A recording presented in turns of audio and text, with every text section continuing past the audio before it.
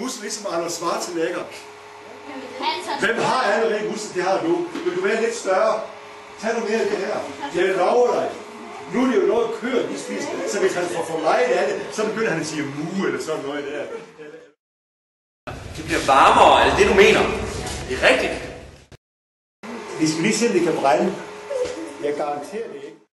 Vi skal ikke forstå alting i dag. Vi skal ikke huske alting. Vi skal bare vide en lille smule om, at der er nogle retninger, vi kan gå. Det er nok for i dag. Så finder jeg ud af resten senere hen, ikke også? Men når det her, det brænder inde i bilen, laver vi så CO2, eller laver det ikke CO2? Fortæl om, hvordan vi i 1970'erne skulle spare så meget på olien, så hele familien var nødt til at sove inde i stuen.